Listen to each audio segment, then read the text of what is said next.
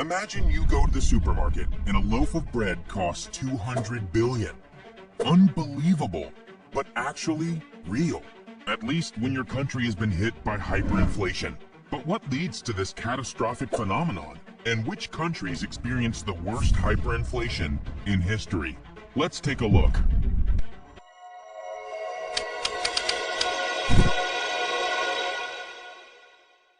Inflation is the rate that shows how much the price for goods and services rise.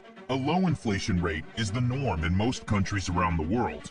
The US inflation rate, for example, in 2019 was 2.3%. In the Eurozone, 1.3%. The American economist Philip Kagan was the first to classify hyperinflation. He stated that the phenomenon happens when a country's inflation rate exceeds 50% per month. There are different reasons this happens. Even though each case is unique, there are common patterns. For example, in most cases, the economy is already weak, and there is a shock caused by war, international isolation, or natural disasters. The road to hyperinflation usually comes after a chain of events, and it usually happens as follows. Tax revenues are drastically reduced. The reason can be external factors like war, a sudden change in commodities prices, or country-specific reasons like political transition, bad monetary policies, and even corruption. The government starts printing money. The supply of money pushes inflation up. The rise impacts government revenues. The country experiences a period of high inflation, affecting the government's budget and confidence in its institutions. The government then prints more money and resorts to measures that fail to control inflation. The inflation rate accelerates. The currency value collapses. Inflation explodes. Country experiences hyperinflation. Before the First World War, cases of hyperinflation were rare. Prices rose during the French Revolution and American Civil War, but hyperinflation is mostly a modern phenomenon. The following ranking was created by economists Steve Hanke and Nicholas Cruz. So here we go. Let's see which countries produced the 5 worst cases of hyperinflation in the last 100 years. Number 5. Greece. This is Greece, the country that gave us democracy, philosophers, and probably the world's earliest currency unit, the drachma. It is also the country that experienced the 5th worst case of hyperinflation in history. The worst month was October 1944, when the inflation rate was 13,800%. The New York Times reported that month that $1 was worth 300 million drachmas in the port of Patras. To understand how the situation got that bad, it is important to go back 4 years. The country was occupied by the Axis forces during the Second World War. The new government added to its expenses the support of its army, which had approximately 400,000 soldiers. This expense represented between 1/3 to 3/5 of all the country's expenditures during that time. And notes advanced from the Greek bank paid the bill. When the occupation ended, tax revenues covered only 6% of total expenditures. Another point of instability that contributed to the hyperinflation was the government's policy of paying with gold sovereigns, a British gold coin. This reduced public trust in the economy and added uncertainty to the situation. In 1940, a British gold coin could be exchanged for 1,100 drachma. By December 1944, it could be exchanged for 19.9 trillion drachma. In October 1944, the exiled Greek government returned and implemented plans to curtail inflation. The country continued to be plagued with political instability, internal conflicts, and other difficulties. Post-war Greece was marked by other inflationary periods. The country joined the European Union in 1981 and adopted the euro in 2001. Since then, inflation remains under control. Number 4. Germany. One of the most famous hyperinflation periods in history happened in Germany during the Weimar Republic. Events took a dramatic turn in October 1923, when wholesale prices increased by 29,500%. A loaf of bread in 1922 cost 163 marks. By September 1923, the price had increased to 1.5 billion. In November, it was 200 billion. The situation got so extreme that people were paid out at an hourly basis. Workers rushed to stores to secure food and produce before prices soared again. The prices doubled every 3.7 days on average. It was normal to see people carrying money in wheelbarrows. Restaurants stopped displaying menus. It was pointless. By the time a person finished eating, prices had gone up. Salaries and pensions lost their value fast. A university teacher, an esteemed position in society that came with a respectable salary, could no longer feed his family. A combination of factors led to this nightmare. After the First World War, the country had to shoulder the blame for starting the conflict, pay exorbitant reparations, relinquish control of colonies and territories, and limit the size of its army. All of this would already be a source of destabilization, but there was more. Germany had used bonds to fund the war. The plan was to conquer territories and pay the debt back with the conquered money. But in reality, the new republic was created already with a colossal debt resulting from pre-war bonds. Some economists estimate that it was probably around 175% of the GDP, with no option of a bailout. Quite the opposite. Germany needed to pay reparations to the other countries in hard currency. The government then started printing money to pay its debt and to buy foreign currency. The more it printed, the more the currency tanked and inflation rose. People realized money had lost its value and rushed to spend. This created a vicious circle. In 1914, a dollar was valued at around 4.2 marks. By November 1923, the exchange rate for a single US dollar was 4.2 trillion marks. The situation was stabilized somewhat by a new currency, backed with hard assets in 1924. But by then, millions of middle-class Germans had lost their savings. This period was so traumatic that some people say to this day, it still haunts the public and continues to be an influential factor in the country's debt aversion. Number 3. Yugoslavia.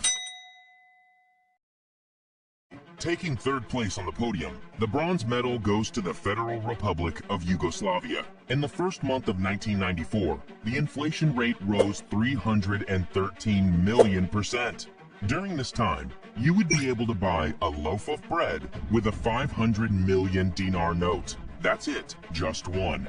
The situation got so crazy that the cost of a pack of cigarettes in the morning would be the equivalent of one cigarette in the evening.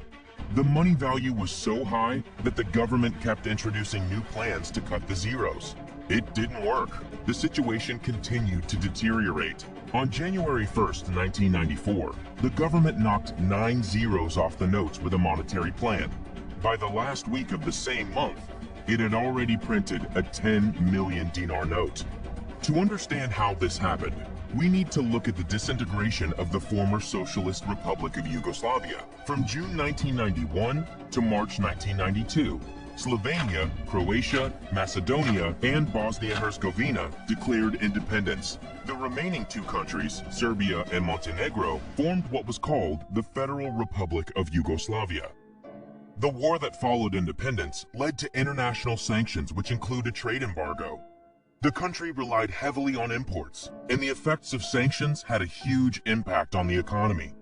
The country had 4 regional central banks, in addition to the official one. All of them, some of them illegally, conducted credit provisions and issued dinar notes without oversight.